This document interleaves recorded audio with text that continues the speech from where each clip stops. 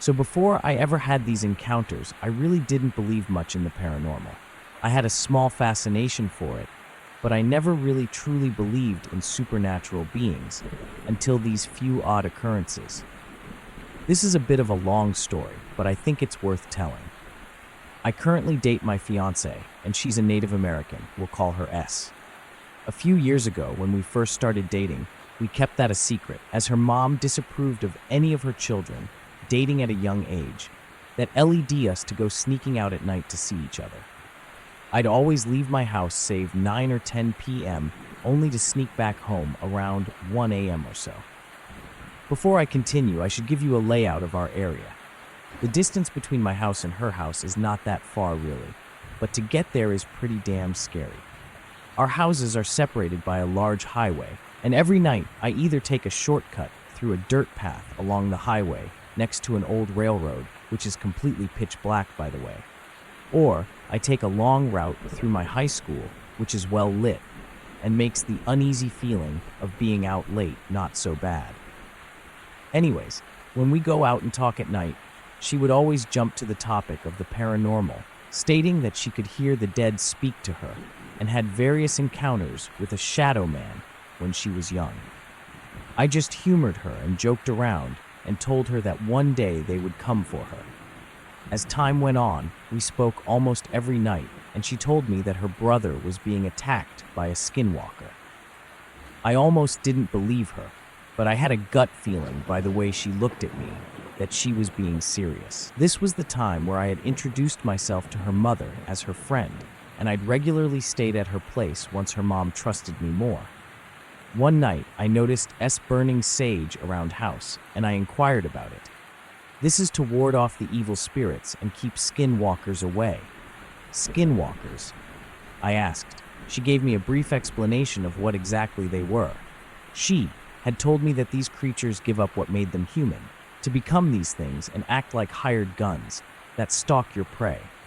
They like to play games with their victims, and they only prey on people who are afraid of them. They like to initiate their game by whistling, 2 extremely loud whistles that announce their presence. She claimed their whistling could be heard from miles away. I called bullshit and told her nothing is going to happen to them. After a few nights of them doing this, there was one night that I came over and noticed that she hadn't burnt any saved, and she always did a routine burning at around 8 or 9 p.m. But I didn't mention any of that to her or her family, as the smell of sage always made my nose burn, and it made it hard to breathe. So, as it was getting late and I had to get home, I said my goodbyes and took off. So get to the end of her street, and when you get to the end of it, you end up at a T-bone intersection on the semi-main road. To the north of that road, it leads to the highway to the south, to more neighborhoods. I live northeast from her place. So, naturally, when I get to the intersection, I cross the street and head north. But as I got to the end of her neighborhood, I heard 2 very loud, distinct whistles cut through the night and sent chills down my spine. My hair all around my body standing on end, and I tried to make out the location of the sound. It was coming miles way down south of the road. One thought popped into my head. She forgot to burn the sage tonight. Part of me wanted to think that this was just an elaborate prank that she had planned, but a deep sinking feeling at the pit of my stomach told me it wasn't. I quickly ran back to her house, as it wasn't that far from the end of the street, and frantically knocked on her door. They had only been about 5 to 10 minutes from when I left, so they weren't asleep yet. I told them about what I had heard, and I told them to burn the sage, just in case. I said mostly to myself. Even though it may not be real, it's better to be safe than sorry, I figured. I make my exit as they finish burning the sage and head back to the intersection. It was very late, I'd say 11 p.m. or 12 a.m. on a school night, so I had to get home quickly. I speed walked across the main street, heading northeast diagonally, and right when I got to the other side, I noticed him. Just across the street was an old man. Normally, I would just play it off as another pedestrian, but this guy, he just stuck out so much. It wasn't really how he looked or how he dressed, it was just how he moved that struck me as odd. The old man looked about in his 60s or 70s, was moving at the pace of a 20-year-old man. I only took a glance at him for a few seconds, but in that time span, this man just stared at me. A deep, cold stare. His eyes wide, with absolutely no expression on his face. Just a flat face, no furrowed brows, no nothing. I walked slowly, keeping him just at the corner of my sight as I watched him. He walked down towards SS neighborhood. He kept his damn eyes trained on mine, training his neck as he walked by, even when I already had my back down. You think I was scared, but I wasn't. I didn't feel any fear. I was just weirded out by his aura or something like that. The man didn't turn into my girlfriend's street. He just continued his fast march down to the south, and I felt a bit of relief and brush it off as some crazy drug addict or something. Time passes, and during that time, just some weird shit happens at SS House. That's another story for another day. No Skinwalker activity though. S continued her nightly ritual as usual, and by that time, her mom had brought a witch doctor to bless the home and perform a ritual to remove a ghost bone from S's brother. From what I gather, a ghost bonus, some kind of hex or trap. The trap is a fetish that has been held dear to a manic spirit. It can be almost anything, like a toy doll or a cane, something dear to a lost spirit. And then it attaches its spirit bone to a target host. I guess that not only brought the attention of a ghost, but also a damn skinwalker. Once it was removed from him, things kind of calmed down, but this is where mentioning the high school comes into play. Now, once I go north at the T-bone intersection, I hit the highway. I have to cross the highway and head east to get to my place. And that would mean that I would take a quick route in the dark dirt road or cut through an abandoned railroad dock onto another street that heads to my school. And from there, I cut through my school to go to my house. I decided I didn't want to walk in the darkness, and I cut through the lot. As I got to the street that led to my school, I noticed this guy. He's heading toward me on a bike. He's very far away at the time, and I pay him no mind. As I get closer to him, I get further away from the only street light on the street. Keep in mind that the railroad dock is next to the school, so I still have to walk some distance to get to the school. I noticed a sense of eeriness about him. He gave me that similar feeling to the old man, how it just weirded me out, and I caught him staring at me. He would most definitely come for me. I kept calm, walked to the school. Now you think the school was shut out by fences, but it was a very nice school that had no need to build large fences so you could walk past the small metal gates that are set up. It was mostly used to block cars and the like from getting past. No one really vandalized it either. So another reason for no large fences. Once I get halfway through the school, I hear what sounds like a bike and cackling behind me. A feeling of dread sinks in. Oh shit! I whispered under my breath and glanced back, but saw nothing. I hurried my pace as all I had to do was go past one large building and then clear field and jump the only large chain link fence on the property.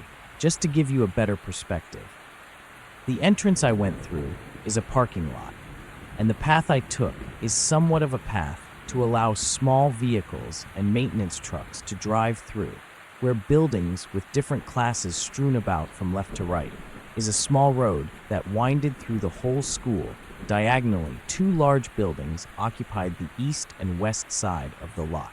My trip usually meant that I walked between the large buildings and I'd see the field, and from there, my home neighborhood. I remained calm as I was nearing the end of the road and got between the two buildings. As you get to them, there's a large open area with tables and chairs to eat lunch. At this area is not well lit, and it can be pretty damn creepy at night, as the trees and poles can block a clear view ahead. You had to get past that from this route, and regret soon followed as I continued ahead. Should have just stayed the night at SS.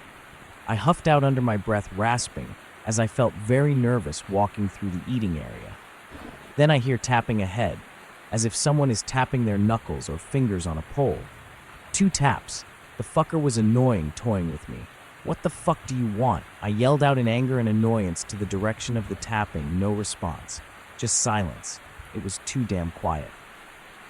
And then The most fucked up thing I've ever heard in my life is whispered into my ear. I want your skin, in the most horrid, raspy alien voice I had ever heard, like a mixture between a child, a male, and a female, all at once. I freak and nope the fuck out of there.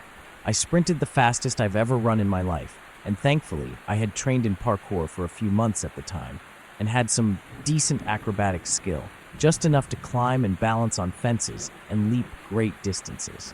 I leaped onto a table, ran, jumped from the table to table, hearing tapping noises from behind, getting closer and closer. The cackling was slowly getting louder and louder as I was getting to the passage between the buildings. Once I had gotten there, the noises stopped abruptly, but I didn't dare stop or turn back. I just kept going and got to the field and made a mad dash to the only tall fence in this accursed school. Just my luck, right? As I cleared the distance and near my destination, I climbed that damn fence faster than I had ever climbed anything in my life. Gotta love an adrenaline rush. Right as I got to the top of the fence, where I would usually lift my whole body over and toss myself over with one hand on top of the rail, something bit into my wrist. The wrist that was holding my weight. I yelled and I lost my balance, making the fall a pretty bad one. That moment totally screwed up how my body was turned normally. I have been at the needs to handle all the weight of my momentum, but when that happened, I lost concentration. It was a pretty long fall. I would say 8 to 9 feet. I unfortunately landed very badly and put most of my weight on one leg. I slammed the ground hard on my sides. Pain surged into my right knee and down the right side of my body. If it weren't for the adrenaline, I might have just passed out from the pain. I laid there, curled up on the ground, just feeling like it was over and that I was surely dead. And then I noticed the bite mark. It was odd because the bite felt very painful, but this wasn't that deep. 4 small slash marks on the underside of my wrist. I tore a piece of my shirt, wrapped on my wrist, and went back to my house. Thankfully, I gained the strength to walk to the streets ahead, where the rest of the trip was blessedly uneventful. I was amazed the damn thing didn't just leap over and end my life, since it could move at such incredible speeds. The story I had to make up to my parents was so much bullshit that even when they thought I had told them the truth, they instead believed the lie. I can't really remember what I said happened, something along the lines of being depressed and cutting myself, and that made me fall and hurt my leg in the bathroom. Something like that. But what I can tell you from this experience is that I was left with a whole new perspective of otherworldly beings, and that some instance of their existence is true in some way. I know it was a weird thing to tell my parents, but somehow I thought that made me sound less crazy than the actual story. I was not only left with a mental scar, but a permanent injury to my leg. Torn ligaments that caused my knee to become what I now know is a degenerative knee, which means I have signs of an arthritic joint.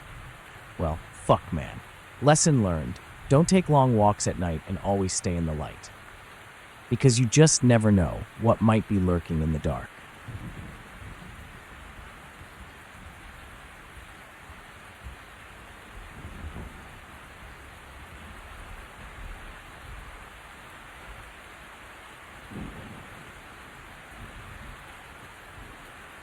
I've been a Reddit lurker now and again.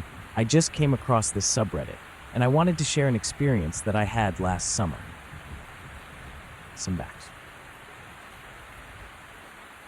My boyfriend and I just bought our first house in June on a lake about an hour northeast of Seattle, Washington. Aside from the lake community we're a part of, there really isn't a large population around here. We're in between a few larger towns, but they're all about a 20-minute drive from where we live. Our house is backed up right against the Cascade Mountains. We're pretty much the last bit of population before the mountains begin. About 30 yards from our driveway is a dead-end road that turns off the main lake road and goes back into the woods a few miles. There are a few gated Forest Service and logging roads that branch out from this road. My boyfriend and I ride our dirt bikes up these roads, and they go on for miles, but there really aren't any other houses in this area, except for a few that are all on the main dead-end roads. For taking the dirt bikes up, I had walked up this road a few times exploring the area, and it always felt a little odd to me. My boyfriend has said things like that road is creepy, even in broad daylight. It totally could have been that it was just very wooded and most spots, and therefore shaded, and the lack of houses that made it seem odd, but I stopped walking up this road for a reason. When we moved in, I was dog-sitting my friend's pit bull Bella. She was about 70 pounds and was a totally fearless brat, and she was kind of aggressive with other dogs and even with some people, food handling, things like that. I would walk her up the dead-end road pretty often while I had her, because there were hardly any houses and no traffic. One day we were about 2 miles up the road and had come down a small hill onto a flat treeless area where there was an old abandoned barn and large field that the road cut through. There was tall grass on either side of the road. When we got to the area, Bella's tail went down and she kept her head really low. She also started to look around and back behind us, just acting nervous, which was odd for her. As we were coming around to turn about 100 yards in front of us was a logging road that went off the road and straight up a hill. It had a large gate at the bottom to keep the vehicles out. My boyfriend and I have put our dirt bikes under this gate before to go riding up the trail, so I know how tall it is. The top bar of the gate comes to my chest, and I'm 5 foot 5 inches. What I saw still scares me to think about. Standing right in front of this gate was a huge black dog. It was standing broadside with its head low, and I'm almost positive it was looking towards us, because I couldn't make out a snout or ears. I couldn't see a tail either, but it may have been lowered between its hind legs. The shoulder of this thing was higher than the top bar of the gate, because it was blocking part of it from view.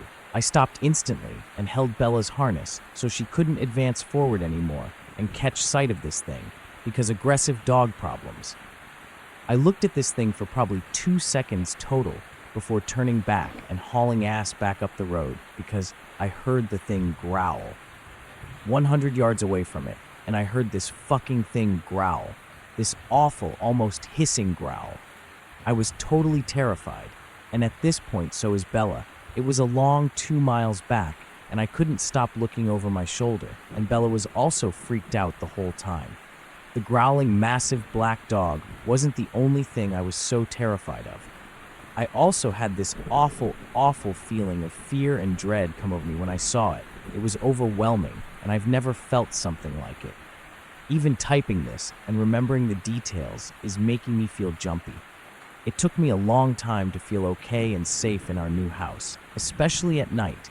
Even now I have a really hard time if I'm home alone. My boyfriend is 100% certain I saw a black bear. I did not see a bear. I grew up in rural Pennsylvania and have seen more black bears than he will probably ever see in his entire life. This thing have long, skinny legs and a deeply curved rib cage and a belly similar to a Doberman. Wolves don't live in this area, and even if they did, this would have been an abnormally large and abnormally skinny wolf. Throughout reading Reddit and other places I've come across Skinwalker encounters and stories, I pretty much lost my shit when I read the similarities. I'm beginning to become more and more convinced that what I saw wasn't a normal natural thing. I think it might have been a skinwalker. What do you think? I'm a wildland firefighter with the Forest Service. This is not my story, but it's from an old supervisor of mine, and I completely trust him and believe this account. The setting was 2004 or so, Hell's Canyon area in the middle of Idaho. His crew had been working all day on an emerging incident and were going to be working through the night as well. Being the assistant superintendent of the crew, second in charge, effectively, he was out ahead scouting on an ATV or some such thing. He was working his way down logging road that clearly had not been used in some time when a bobcat or lynx appeared in the middle of the road. But it didn't run away, as they usually would. The thing stood there for a good 10 seconds, screamed at him, and then scampered up a tree not 5 feet off the road. He found this odd, but not particularly unsettling. And just a half mile or so down the road, he finds a small cabin. Also odd, as this is federal land and no private structure should be there. Upon investigation, all the windows had been boarded shut tight, and someone had done a good job of doing so. The doorknob had been punched out and secured to a hole drilled into the log frame by a chain. Someone clearly did not want anything getting in or out. Peering through the hole in the door, he could see that everything in the house was upset. This had him kind of unsettled, so he hopped on his ATV and headed back up the road. Well, here's where it gets really interesting. Right where the bobcat had been, there stood a Native American woman in a badly tattered nightgown and bare feet. Just standing there, he yelled at her, asking if she needed help, but she just screamed at him. The same scream that the cat had screamed at him before, and she climbed right at the tree, faster than any human has a right to be climbing. Obviously, he knocked out of there as fast as he could. Unsure of who or what he had just seen, he asked a local guy about the cabin. After asking around a little, a local Native American hears them talking and informs them that they saw a pumala, in effect a skin changer, a work. Now, I would not believe most people that tried to tell me this, but this is a serious man that did not fuck around about anything. He was dead serious the 2 times I've heard him tell it, and I 100% believe that he saw what he saw.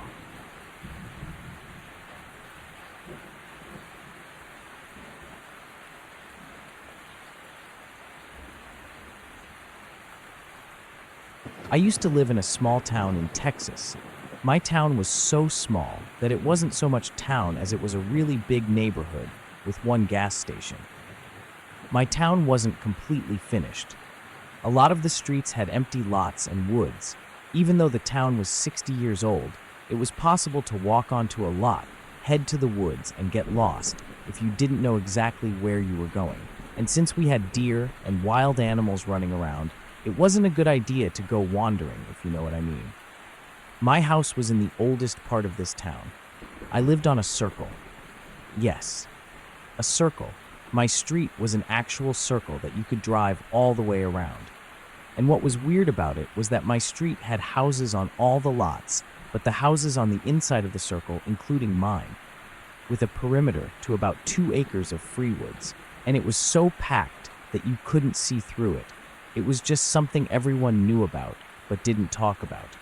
Anyway, my school had a media class that you could take, the kind where they tell you to make short films and stuff. A bunch of my friends from the neighborhood and I were grouped together for one of these short film projects.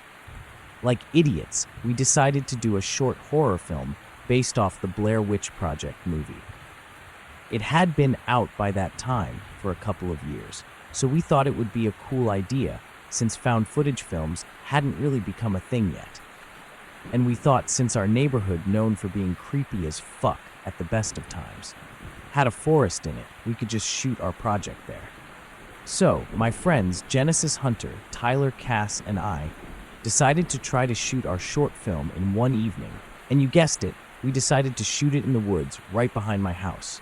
My parents were cool with it because they'd be able to hear me yell if something happened, and we didn't have curfews, so we're like, cool, we'll shoot it on Saturday. Saturday rolls around, and the first 5 hours are fine. Nothing spooky happens.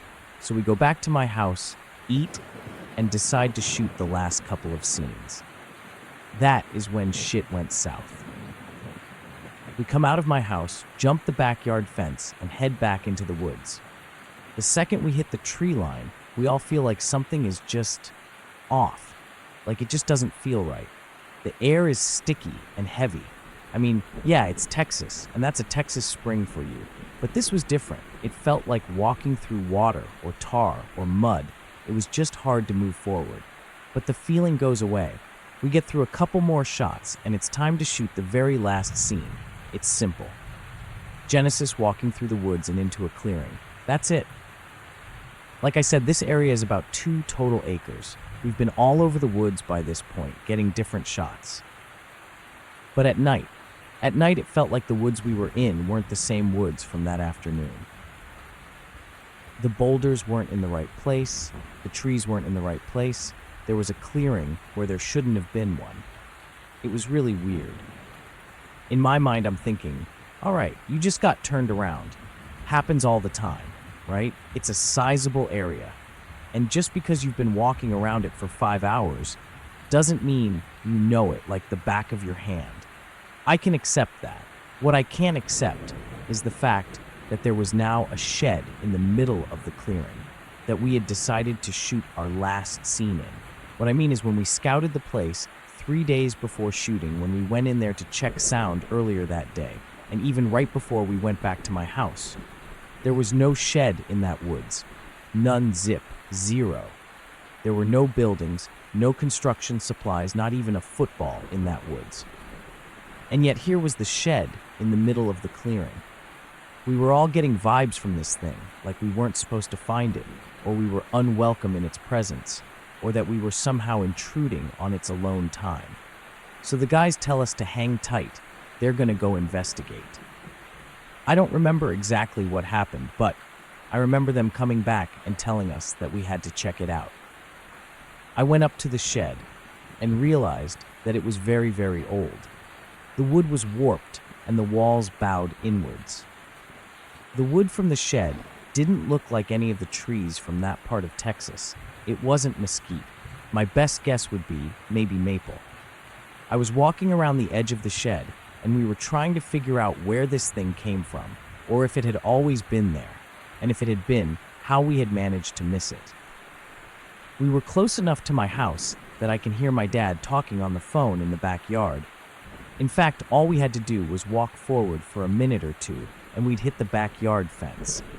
That's when I realized the shed had no windows and no doors. I told my friends, and we looked for trapdoors or latches, and Tyler even got on the roof of the shed to check for a way. Not that we wanted in, but at this point, I was curious because it didn't feel like the shed should be there, and shouldn't there be an entryway? We didn't find any way into the shed, so we tried to figure out what we should do. The shed was in the middle of the shot, but none of us wanted to shoot it, especially not Genesis. She was having none of it. We were in the middle of deciding to shoot some other time because we were all creeped out when we heard it. A laugh, a long, low, guttural laugh coming from the shed. And then we hear thud, thud, thud. We were close enough to the shed that we could see the wall shake, and we booked it out of there. It took us less than 2 minutes to get back to my backyard. At this point, you're probably thinking that we were high or that this is fictional. And I don't blame you. I wouldn't believe it either if I hadn't been there. But I told my dad we got back, who back then didn't believe in paranormal. It was still relatively early, about 10 p.m. So my dad goes into the house, gets his shotgun, goes to our neighbor who's a cop, who also gets his shotgun, tells us to get inside, and they go into the woods with flashlights and everything.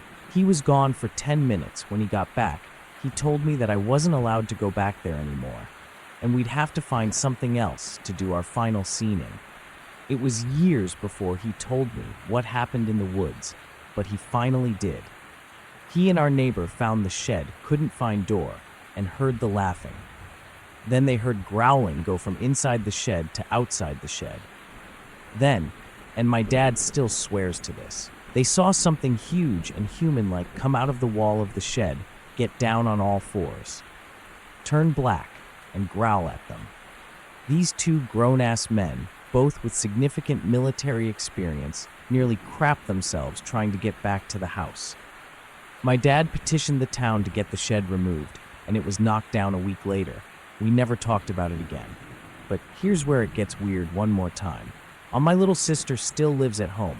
She moved back in because she just got into med school and needed to save some money. She called me a few days ago to tell me that one of the dogs got loose this afternoon and headed for the woods. When she went in there to get it, she saw a dark wood shed. The dog's heart too, and was barking and growling. Then she and the dog heard a growl, and the dog backed up like it was scared and ran home. My little sister didn't know about the shed unless my dad told her, but he says he didn't. I never told her about it because she's younger than me and a bunch of weird stuff had already happened. My sister told my dad, who went back out to see it. He said it was the same shed. He won't say anything else, but I know he's probably panicking. I don't know what to think about all this. I mean, it's just one of the many weird things that happened in that neighborhood when I was a kid, but it always stuck out as being rather ominous. Is it possible that we had collective hysteria? Sure, we were kids, and we were making a short horror film. I mean, is it possible that we just missed the shed? Absolutely. The woods can get confusing even when it's broad daylight. Is it possible that a wild animal is closer to us than we thought, and that's what we heard instead of a weird scream? Of course, it's Texas, and we were known to have big cats running around. But what I can't explain is how the shed my dad had torn down years ago showed back up again, and my sister was the one to find it. That's what I'm having trouble with. My dad had the fire department come take the shed down. They said it was a fire hazard, so they just got rid of it. My sister's safe, my family's safe, and I'm happy to hear that. But why is shed with no windows or doors? I posted this here and elsewhere too, but I haven't found any help yet. I hope somebody can tell me what's going on, because I don't want to be the only one dealing with this.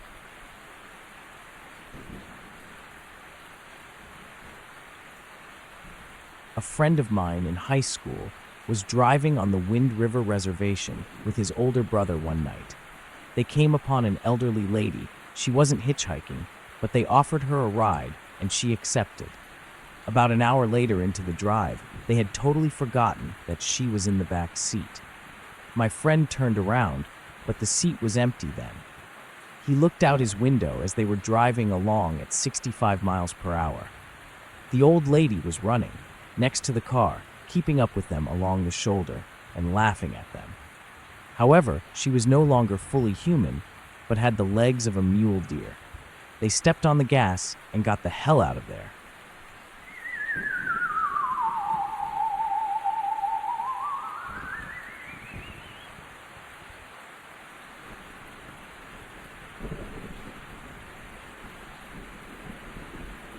I've been waiting a while to post about this because I wanted to make sure that I'm not just letting my mind run away with me, but it's to a point where I need to bring it up.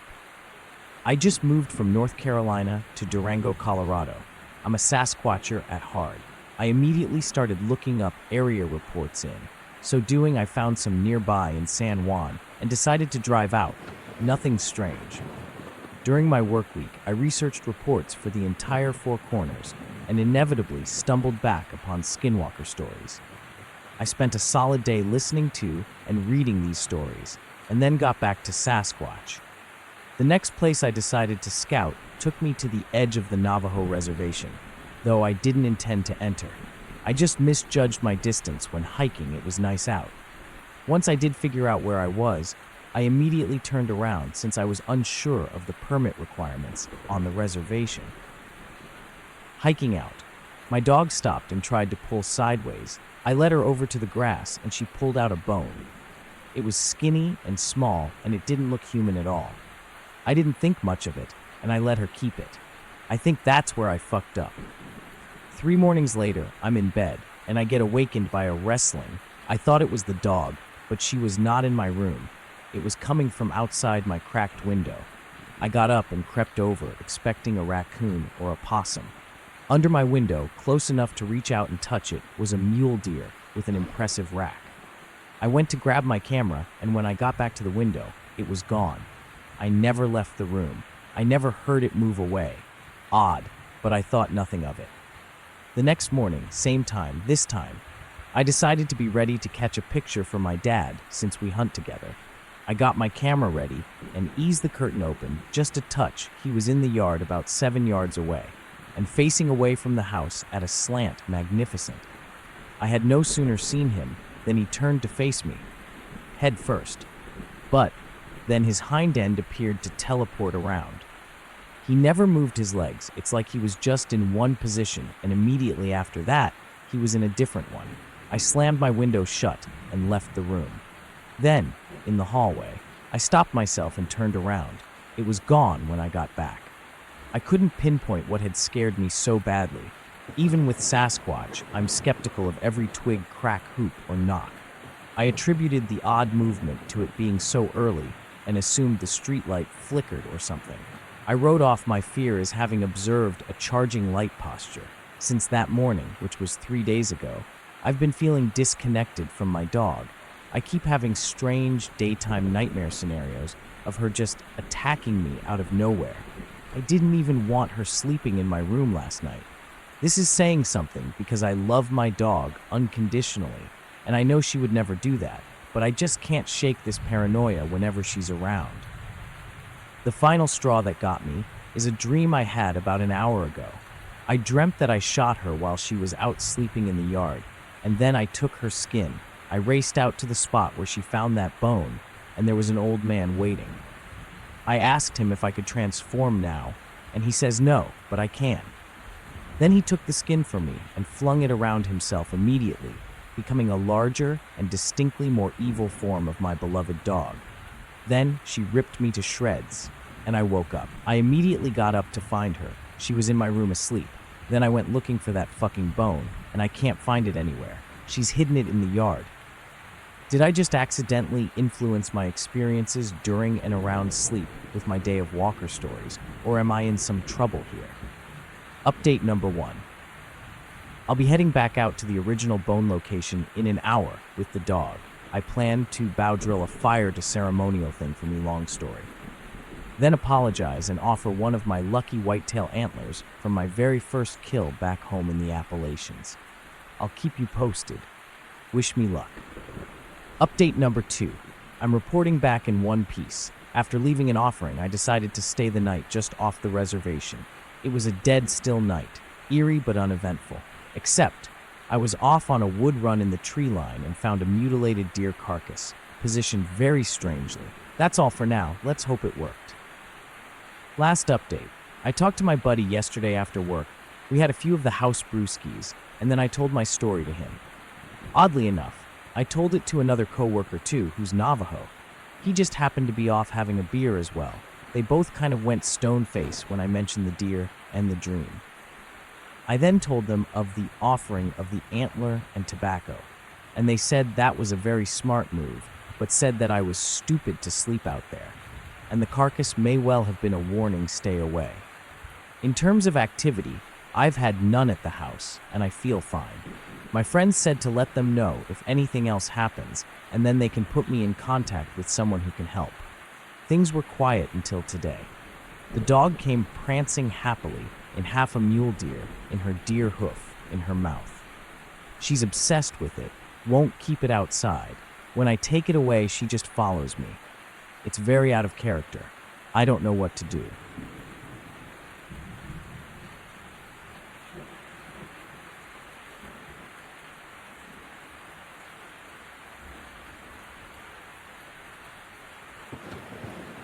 It was Christmas night of 2007, at around 8:30 at night. It was Rollback Road in upstate New York. The day was pleasant and festive. Opening presents early in the morning with my sisters, a hearty breakfast made by my dad. Delicious smells from the kitchen as mom and dad prepare to feast.